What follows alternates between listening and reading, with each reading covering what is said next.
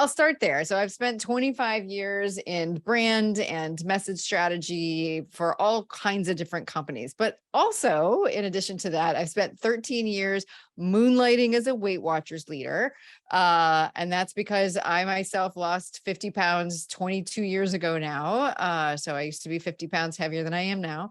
And it turned out to be a wonderful lab of understanding what's necessary to communicate so that somebody will change, and also just all sorts of things. We can talk about that more.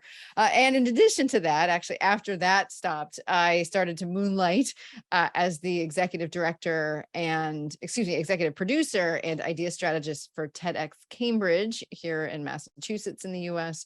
And that's the oldest locally organized TED Talk event in the world.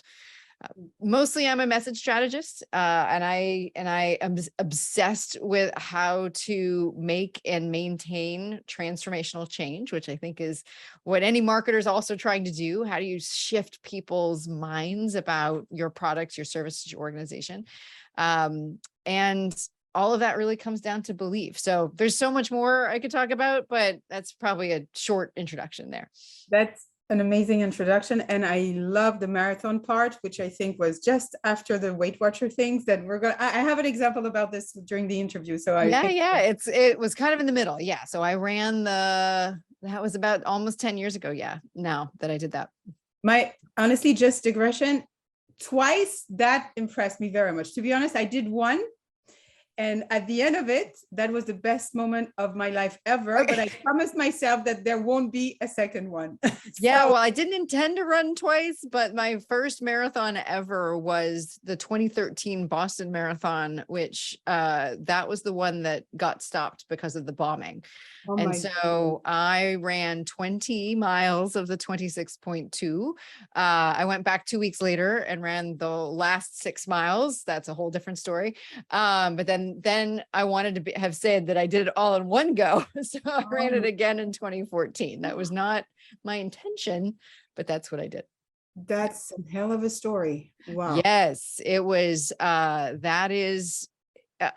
taught me a lot about myself. It taught me a lot about trauma, I assume. Yeah, trauma. It's funny the ways that it sometimes still comes up. Like I live downtown in downtown Boston, on the kind of northeastern corner of the US. And you live downtown, there's things like fire trucks and sirens all the time.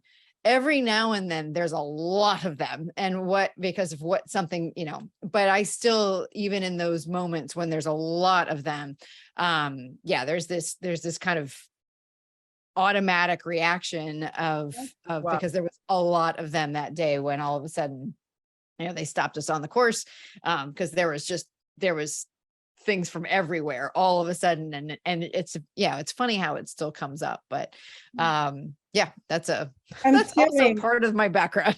Everything is at tamsenwebster.com. I would love for people, if they're interested, to sign up for my newsletter, which they can do at tamsenwebster.com/newsletter, because that's where I test out new things. So, even the kind of the translation of red thread equals core message was something, for instance, that my newsletter subscribers saw today. So they get the first peek at all new things that I'm trying out and thinking about. And I just love hearing from folks about what they want to know more about. So tamsenwebster.com.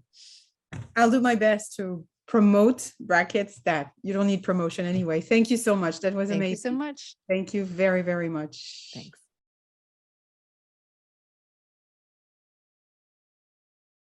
So the red thread is likely familiar to your listeners in France. It's definitely much more originally of a European phrase, as I've come to discover. And generally, as I've come to understand it, it means the things that makes things make sense. It's what is the through line? What's the big idea? Mm-hmm. In the way I think about it is that a red thread from a marketing standpoint is a story that drives action. Right? It's a story that we tell ourselves that drives action. In other words, it's the story we tell ourselves about why we decide to buy a product or why we don't. It's the story we tell ourselves about why we feel a certain way towards a brand versus why we don't, and not another one. And so knowing that to me was at the heart of what really good marketers can build, I was very interested in how to do that, or rather, more specifically, how to help other people do that. Because as I said, I spent, before I started my own business, I spent almost 20 years in branding and marketing. And so I found that I intuitively knew what a powerful campaign message or story or that kind of thing would be. But when I started as the executive producer of TEDx Cambridge, I was in this role of having to help these oftentimes academics, researchers, other people find that powerful story, that powerful idea for themselves, because they themselves are trying to drive action, right? Mhm, And so I started to reverse engineer. mhm. Um, and as it turns out, when I talk about the story that drives action, that story that we tell ourselves has the same elements as the stories that we tell other people. And all great stories, whether they're ones that we tell ourselves or the ones that we tell other people, are about driving action. They're about creating change. So I kind of went back to the beginning and I said, well, what are the elements of these stories? How can we use that as a structure for anybody to take an idea, a concept, a product, a service, and really find what that story, that core message is about it. And it turns out that kind of retracing of the steps relates to how people believe the red thread of the saying got its name in the first place, which is the red thread of Ariadne, who gave it to Theseus so that he could trace his path through the Minotaur's labyrinth and then find his way back Great. out again. Because even if we're speaking the same language, meaning you're using the same word for something that I am, we actually aren't. You are speaking, the language of your own knowledge of something, your own expertise, your own worldview, and nobody's worldview is precisely the same as somebody else's. So unless we do the work, what we end up doing is we end up talking about our ideas. Even if you're speaking English and I'm speaking English, or you're speaking French and I am not speaking French, because I'm sorry to say I cannot speak French, but unless I do the work of switching the concepts and language, like and words to match your worldview, you are never going to understand it at the same level as I do. And so really what our job is to, as communicators, as marketers, is to kind of paint our own worldview with the colors and the brushes of the people that we're talking to, so that they see our idea, our product, or service already within the world that they see. We're not trying to get them to understand ours. We're placing our idea into theirs. And that's the solution to that problem of, why don't you see the world the way that I do? Well, they can't. And so your job is to do the best that you can do to see the world the way that they do and figure out where your idea, your product or service fits in that. That's a great answer, but that leads me to another kind of long shot questions. Okay. Don't, Okay. don't you think that in a way we kind of also lost from one generation to the next our ability to be empathetic and to kind of be open to, otherness?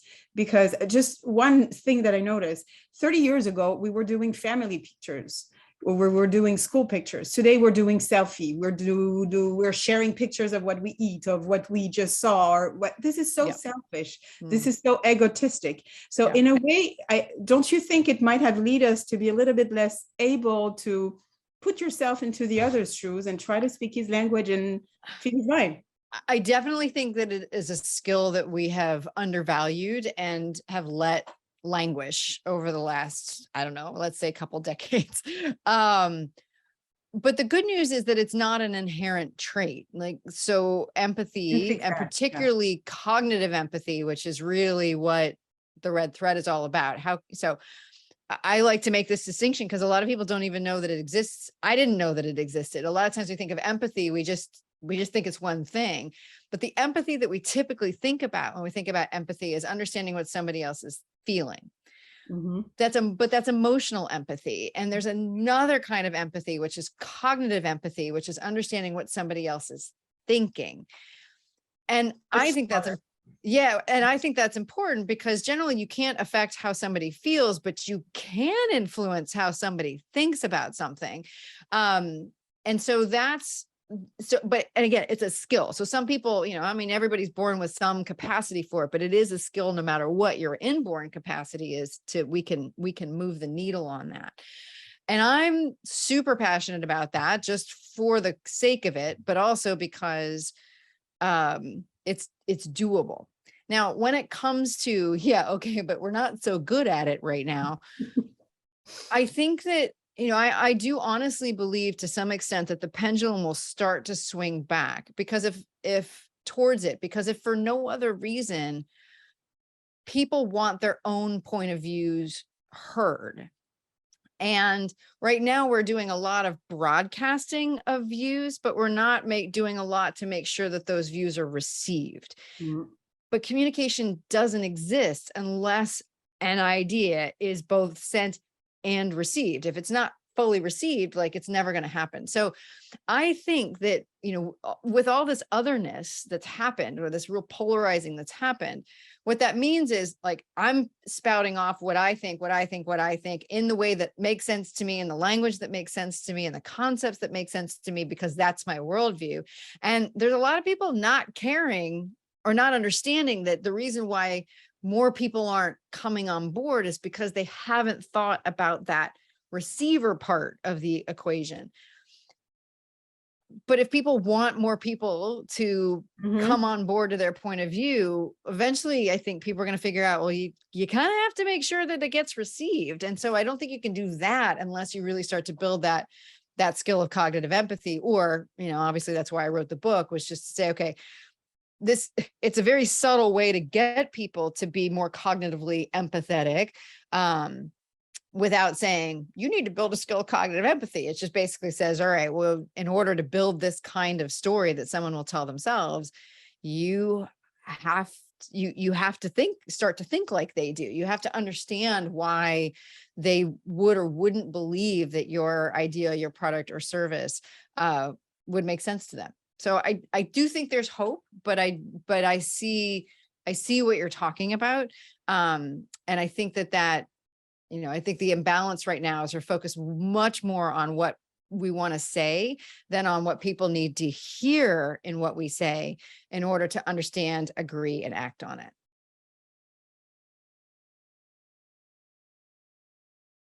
Or some new product or service makes sense to them.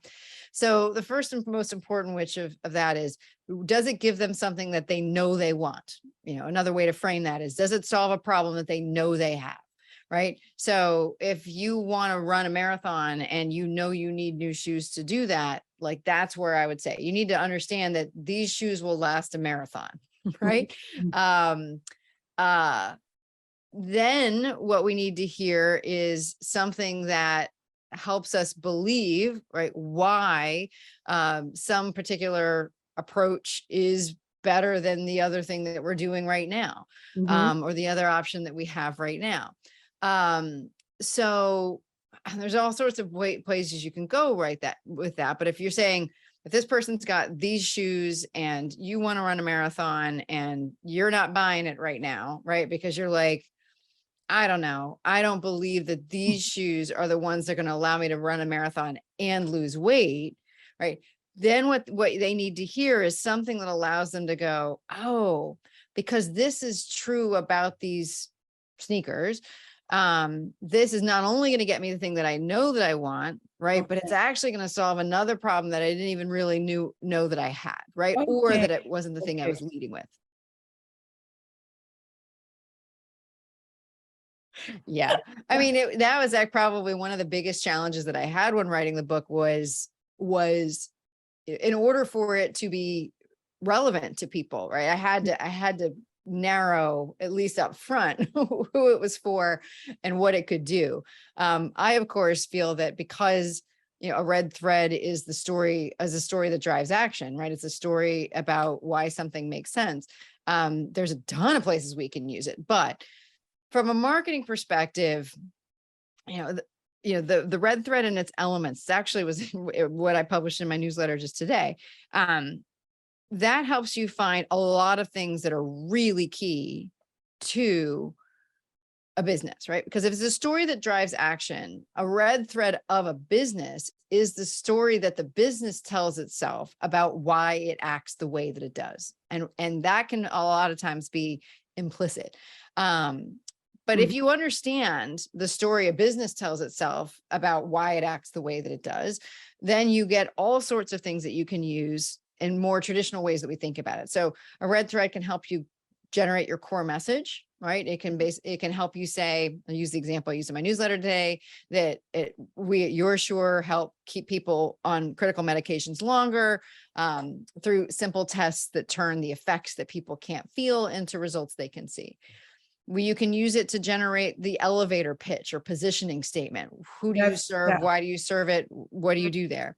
But the elements that get you there also are really useful. So what's the core outcome that you promise to your audience? What's the core problem that you solve? In other words, what's the core tension that you resolve? So for instance, for You're Sure, the core problems they solve is that there's a battle essentially between what patients recall about taking medication and what tests reveal is actually happening. It helps reveal your core beliefs about the world, how it works, what's true. For You're Sure, that seeing is believing, that is a more reliable indicator of truth, right, than words alone. It reveals your core approach. Okay, so what do you do? So it isn't just that they create tests, right? It's that they make what you can't see seen. They make the invisible visible. And once you've got all of those things, then you've got elements that can turn into taglines, that can turn into mission statements, positioning statements, that can serve as your campaign structure, that can serve even as just an outline of each individual piece of content. So it can do a lot, in other words, because these elements are the basic building blocks of communication that creates change. So anytime that you are trying to communicate something that change somebody's mind, change somebody's behavior, these are the elements that you can use that for. So that's kind of everything that somebody in marketing does, because as we were saying before, that's our job, is to change people's thinking or behavior about something. Yeah, whether it's a pitch or a website or the homepage or a service page or about page, everything that's comes right. down to a message, comes down to it does. And the more flexible. So part of my issue always, and I've been a brand marketer for 25 years, and I hated the concept of brand for 25 years because it is rigid and flexible. It is often a projected thing. It's often aspirational. It's what we wish people thought about our company. Very selfish. It can often be, very like us out. And in the worst cases, it's just simply not true, right? It's just simply what somebody like a company, my favorite example, overdone, I'm sure, but United Airlines, which here in the US, their tagline is "Fly the Friendly Skies." Well, United very famously dragged a passenger off the plane, and bloodied him, right? They've broken guitars. United is not a friendly airline, for a lot of people, and demonstrably not friendly. But Fly the Friendly Skies is that's what they wish their brand to be. So I got really frustrated with this as a brand marketer, because it's inefficient. I love efficiency. I don't like to waste effort. I don't like to waste time. There's too many important things to do in the world to expend effort that doesn't work.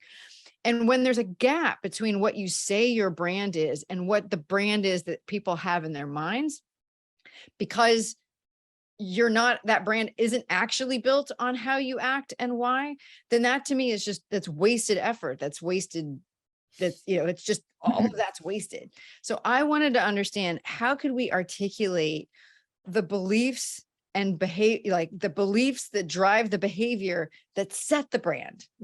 If we could articulate that, right, that would be so powerful to us as marketers, because then we would understand what brand we're actually building day by day, because we would understand that story that drives our actions, right?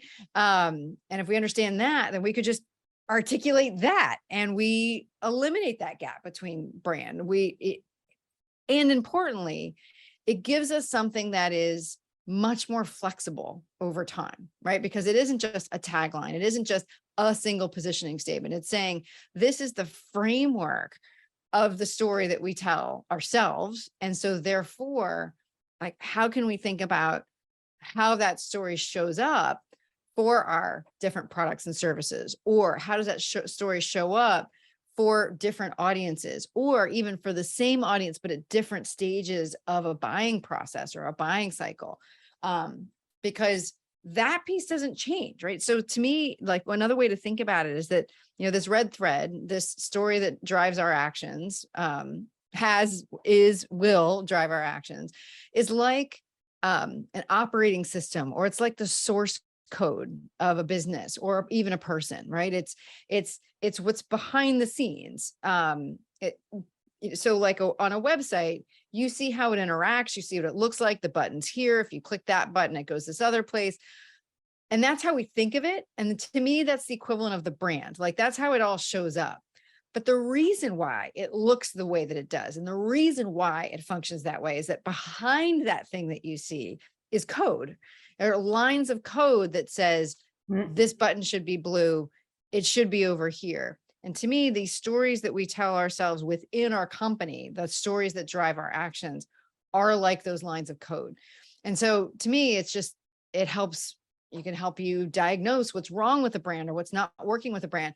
But more importantly, and this really comes to the drive behind the book, was that it can show you where your deepest and strongest sources of brand power lie, and brand differentiation lie, because these are the things you're not wishing you do every day. These are the things that you actually do every day. And so if we look back at United Airlines, they do what they do because they're trying to maximize shareholder value, right? And they're trying to make. That's exactly what I was about to tell you. I was about to tell you that behind this poor marketer who find this baseline, there were probably more pressure from the shareholders than interest of final consumers. That's right.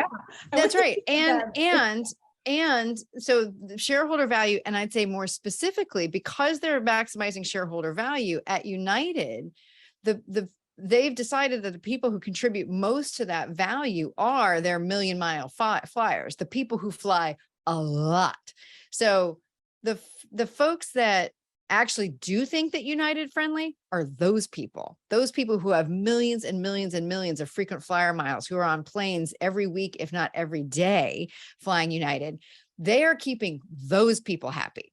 So when they say fly the friendly skies, they mean, if you're in this top tier of flyer, fly the friendly skies, because we're going to take good care of you. Everybody else, you're fine.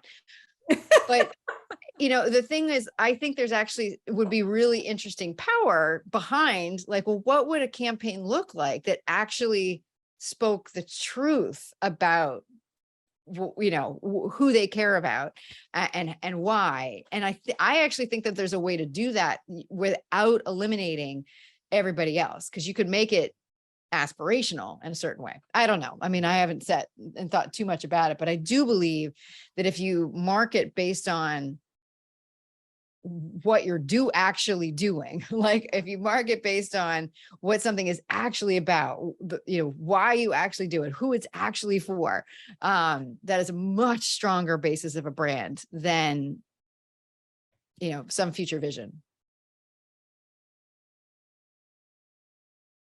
So that's why I really think of it. I mean, so I think it can help, like, whether or not the red thread is the language, is useful for you. That's why I like to think of it as the red thread essentially is the core message, right? It's the seed. It's the core, like it's the center of the nesting dolls, right? Like that's another way I like to think about it. That sitting in the center, right, of nesting dolls, there's always one where there's nothing else inside of it. It's the solid one, right? But the shape of that one dictates the shape of everything else, right? Because Sure. Yeah. in order for it to fit, right? In order for everything else to fit around it, it has to mimic that initial shape. Mhm. And so I think of the red thread or your core message that way. And then depending on what it needs to do, it's going to go, it's going to, other variations of it are still going to contain that core message, but it's going to show up differently.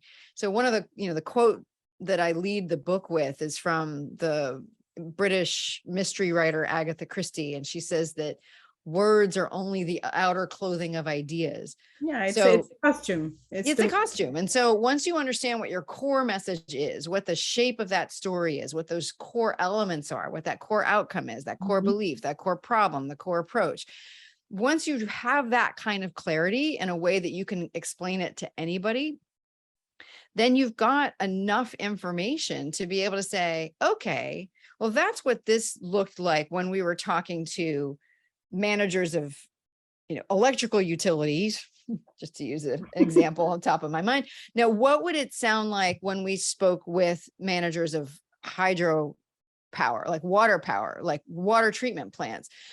If your product can serve both, but right now you're only serving one, let's say you're trying to expand into a different market.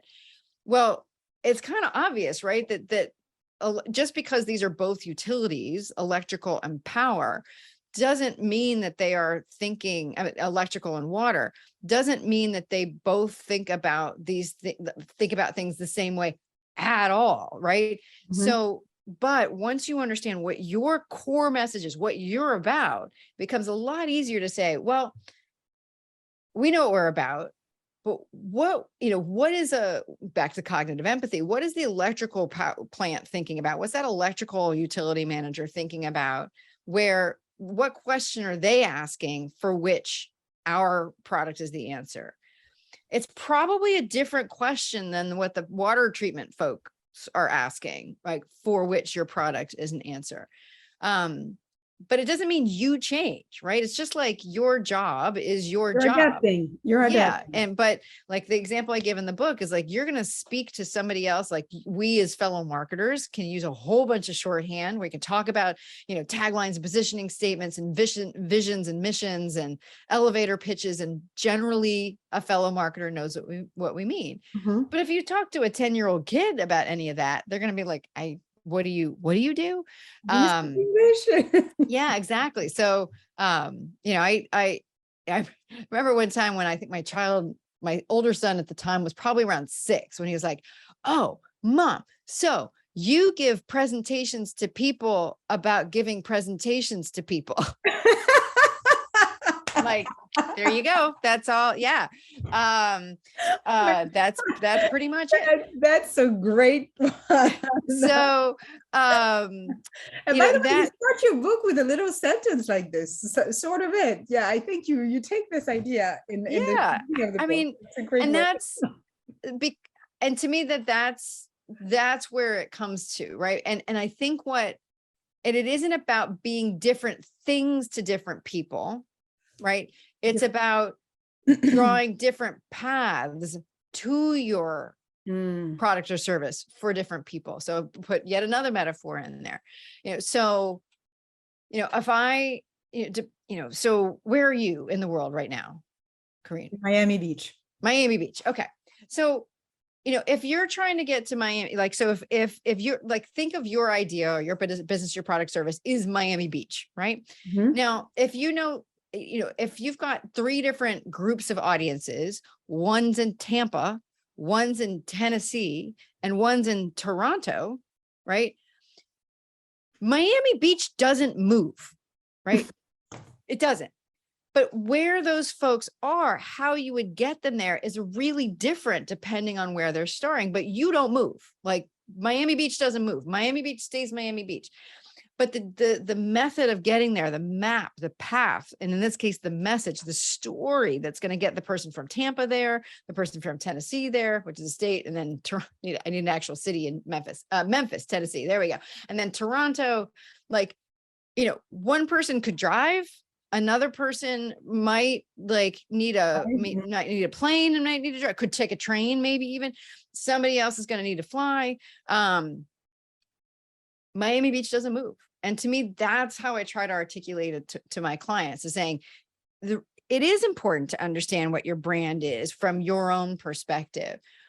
But unless you understand where your audience is, then it's impossible for you to figure out how to talk about your brand or your product or service in such a way that's going to help them actually get to you. And that's what we have to figure out, because we have to understand, where are they now? And what's the path that's going to be the best way for them to get where they are mentally right now to where you want them to be? I'm listening very carefully, and I'm thinking, and that was not one of my questions. It's a hell of a problem to solve that when we're working on personal branding, because that's extremely tricky to focus on you, yourself, and at the same time, on the same page, for example, on the websites or whatsoever, to communicate to different types of audience. Hey, it's about you. It's not about me. Don't worry. I'm just showing up, but not too much, How would you see that specifically in this area?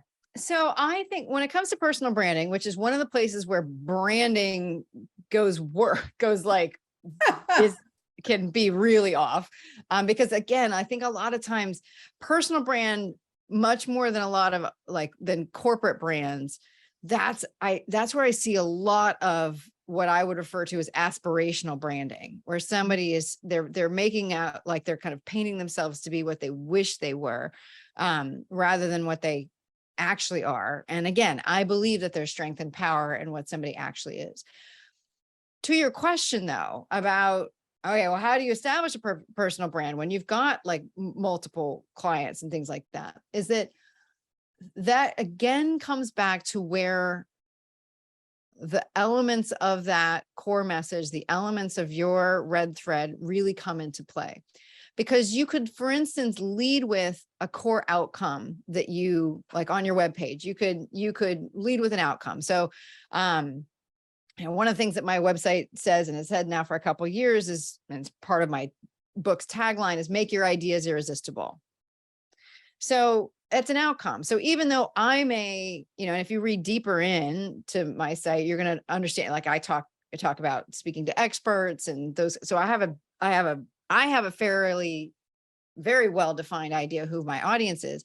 But if I lead with an outcome like make your ideas irresistible, then I'm able to kind of capture a wider net of folks, right? To say, hey, I'm like, if you want that, then keep reading, because I might be the right person for you. At first sight, it speaks to everybody. We all want our idea to be irresistible, even if I have to sell something to my husband for like a dinner or something. It's funny, but not everybody does. Because I remember I worked with somebody briefly to, again, to help, because it's, cobbler's kids, as we often say, meaning that, it's hard to do for yourself what you do for other people. So I worked with someone briefly on like, hey, an outside view of my marketing, and he tested that make your ideas irresistible piece. And one of his piece of feedback coming back, he's like, well, some people, like he said, like, for some people that just didn't, they're like, my ideas are already strong. And then I was like, and I'm fine with that, because those people are not my clients. Anyone who thinks their idea is already irresistible is not my person. Like that's fine. Like, so if you've got that kind of clarity about what question do you answer, I'm for people who, as you said before, your idea is great and just isn't quite there yet for whatever reason, those are my people. But you can also anchor those kinds of messages again at that core tension that you solve. So, slightly deeper, slightly deeper into my page. So on my speaking page is a tagline that used to be on the main page. So when I was focusing more exclusively on speakers, I had what I would call a problem pair based thing. And it said, don't just wow the crowd, change them. So now I use that kind of directed to the outcome someone would get from hiring me. But if I was, again, a part of my personal branding, if a speaker wanted to hire me, again, that is what I'm articulating that as a core tension that I solve, right? Which is, okay, I might be a really great, powerful, energetic, charismatic speaker, and then nobody does anything afterwards. Like, so they enjoy the moment, and then, 20 minutes later, they don't remember what it was. I mean, they remember how they felt, great, but they don't actually do anything different. Again, by articulating that way, it it drew the right people to me, because it drew the people who wanted to change people. So there are people who just want to entertain, and that's fine. I don't want to work with those people. That's not what I'm all about. So I just give those as two quick examples of the fact that when you understand those elements of, who, to some extent it's who you're serving, but really what question do you answer for your audience? What core tension do you resolve? What are those core beliefs that drive what you do? Because for me, core belief that drives what I do is that there is a way to, that through story, we can communicate, like that is a universal language, like that structure of story is universal. So any idea from any source, if we pass it through like the translation device of story, can be made to be something that's understandable to somebody else, just because it's like we've passed it through that same structure. And once it's in that structure, anybody else's brain knows what to do with it. So yeah, I think that's for me, like when you're thinking about personal branding, it's even more important to understand what you're about. And again, it can change depending on who you're talking to.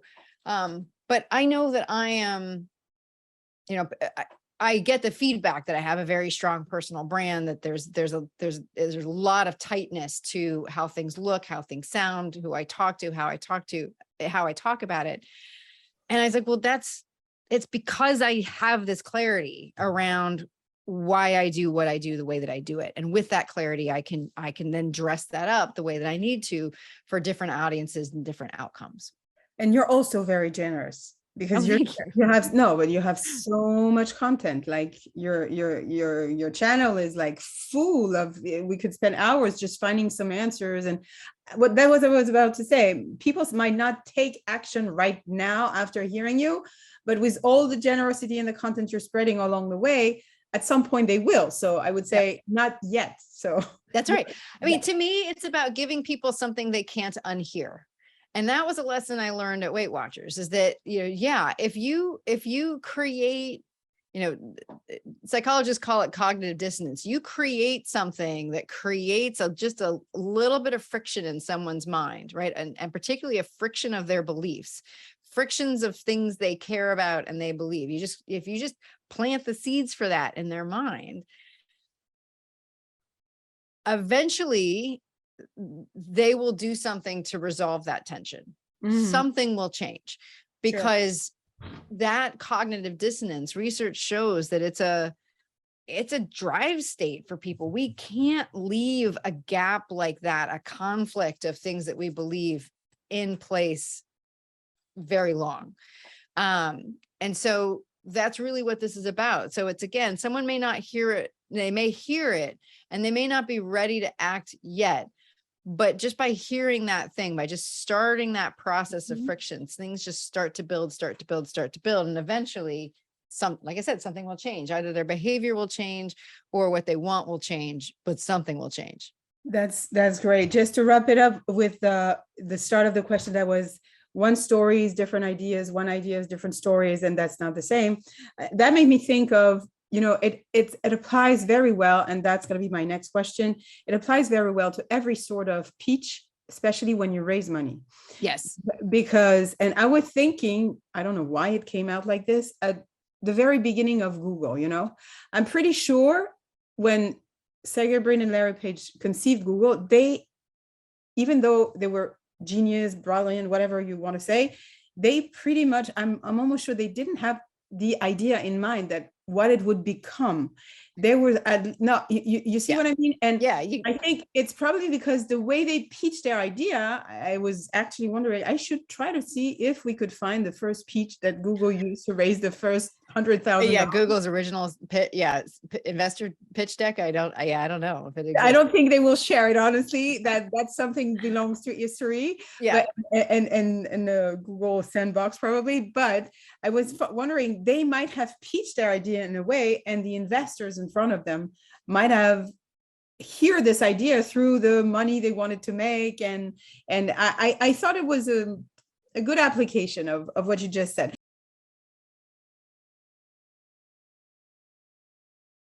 Yeah, so what's the idea? Is the most common question that I think most of us get in regards to our ideas or our marketing or our plans or our products or services, businesses. And I would also argue it is one of the most difficult to answer well. Oh yeah. And I saw this, particularly for, when I started with TEDx, like I would see people apply, we'd say, what's the idea? And then we'd get a title, or we'd get jargon, or we'd get a tagline, or we'd get something where I was just like, that is not a new idea. Like, that's not new. And I really wanted to figure out, like, how do we get there? So for me, even though this is often the first question that we're asked, as it turns out, it's actually the last thing that you're able to produce, right? Because you have to do the work of figuring out the whole story before you can, actually just truncate it to beginning and end, right? Because to me, that answer, that core message, that through line, that what I call the red thread through line, that one statement summary of your ideas should always have within it something people want via means they don't expect, right? We help keep people on critical medications longer through simple tests that turn effects they can't feel into results they can see. The best way to make your idea irresistible is to build the story that people will tell themselves about it. To use a TED example, the best way to overcome imposter syndrome may lie in your body language. That's Amy Cuddy's power posing talks. Having both of those things gives people the complete arc of the story, right? It gives them kind of the quick picture about what the story is about. But so it kind of satisfies that curiosity, but it also creates curiosity, because that unexpected piece, you're saying, well, how do you turn effects people can't feel into results they can see? How does body language affect imposter syndrome? What do you mean by stories people tell themselves? Like, I understand what those words are, but what do you mean by that? That kind of summary invites more exploration, which you need to be able to back up, by the way, which is why you have to kind of find all the pieces of the story before you can just give us the beginning and the end. Because, no story is satisfying if you say, it's not a satisfying story to say there's a dead body in the library, the butler did it. Like, that's not exciting. Like, you want to know, like, what happened in between. So when we talk about those 6 sentences, or those 6 questions that you can ask, first one is it a single sentence? Can you do it in a single sentence? Again, should have those 2 pieces. Is it 140 characters or less? Which is actually really key, because what happens is people try to, like, just pack in everything about the idea. And that actually gets in the way of clarity. There's this thing called the dilution effect, which is where somebody's impression of your idea will sink to the strength of the weakest argument, right? So that even if you had some really strong arguments in there, if there's something that isn't quite believable, or doesn't quite make sense, or doesn't quite ring true to somebody, that's what they walk away with. Which is why I tell my clients, you can only give them one front door. There can only be one thing that you articulate that your idea work, gives them. So one sentence, 140 characters or less. Does it use only words that someone who knows nothing about your idea would understand? So it's like a 10-year-old test. It's the Feynman learning technique. Yeah, it's basically are these all understandable words and concepts to the average human? Then the really key, does it include something that your audience actually wants? That's so critical piece. And then would your audience agree that they want it out loud in front of colleagues or friends? That's all still part of that same question. And then the final one, the kicker, does it include something that they haven't heard before that doesn't violate any of the other questions, right? So it's something they haven't heard before, but still is stated in language that they understand. So clearly what you're telling us is that even to apply for a TEDx, audience research before any types of speech or whatsoever is a crucial part of everything. Because how do we come up to know what my audience agree they would want, but they don't have any idea, or out loud in front of colleagues? How do I guess that? I mean, how do I do that? So there really are two ways to get to that. And one is that you do research and you say, what question are they asking? Okay, what questions are they asking? Okay, of all of these questions, this is the one that I feel is the the shortest path from where they are to what my idea can offer. That's absolutely one way. That's a great way. But the other way, think of it, from a metaphor standpoint, is almost like you can use radio frequency, but again, not many people remember radio anymore, where you tuned it. But so an analogy that's been working well for me lately is birdsong, right? So you can also decide who are you for based on that question that they're asking. So you can say, no, like I did with my own business. I want people who are saying, okay, I know that I'm charismatic and I want that on stage, but I actually want my audience to do something afterwards. How can I make them do that? Or like when I was writing the book, I didn't, even though I kind of turned it into people aren't walking around saying, how can I make my ideas irresistible? They are walking around going, why don't they get it? Why don't they see how good of an idea this is? And so I can translate that into say, okay, I am for that. I'm choosing that audience of people because I believe that there's enough of those people out there that would sustain that this would be useful or this would sustain a business. I'd spent long enough in marketing and in other fields to know that there was plenty of people asking that question.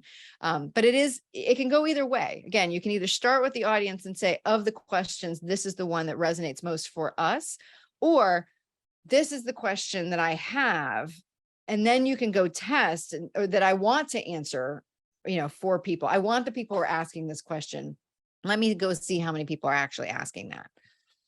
That's a great way. I love it because when we're starting to dive into the questions our customer asks, we can lose ourselves too. It can be overwhelming because there's so many of them usually. So we have to, at some point, relate it to what we want. You have to put the brakes on it. Because I worked for nonprofits exclusively for about the first 10 years of my career. And then now I work with them kind of in concert with everybody else.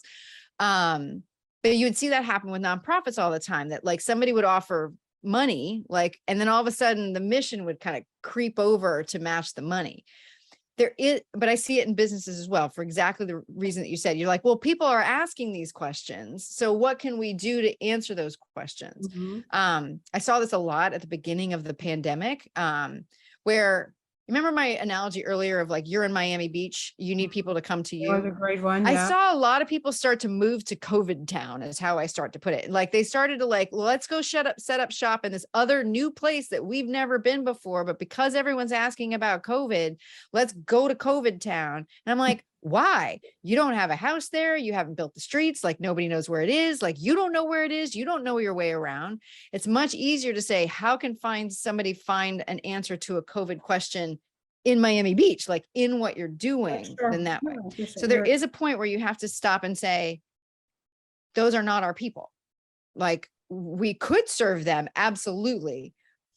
Where does it make more sense for us to serve? Where are we more likely to convert? Where are we more likely to spend less time? Do we want to spend all our time educating an audience to get to a point where they understand that we have a problem, that they have the problem that we solve? Or do we actually want to start our marketing with the people who at least have some understanding that they've got that problem? Much faster. Maybe they don't have complete clarity on why they have that problem, but at least they know they have that problem. Isn't that a much more, back to my efficient way to use our constrained resources in marketing? And I see it related in your book to your audience is not everyone. That was my favorite one, literally favorite one. It's not. Yeah. When we say that, we mean everyone who sees the world like we do. That's what we mean. Everyone who believes kind of the basic truths about the world the way that we do. And that is not everyone. It's just not. There's super interesting research on even primal beliefs about. Oh, I don't know. I'm curious what you think I would spend it on. Audience research.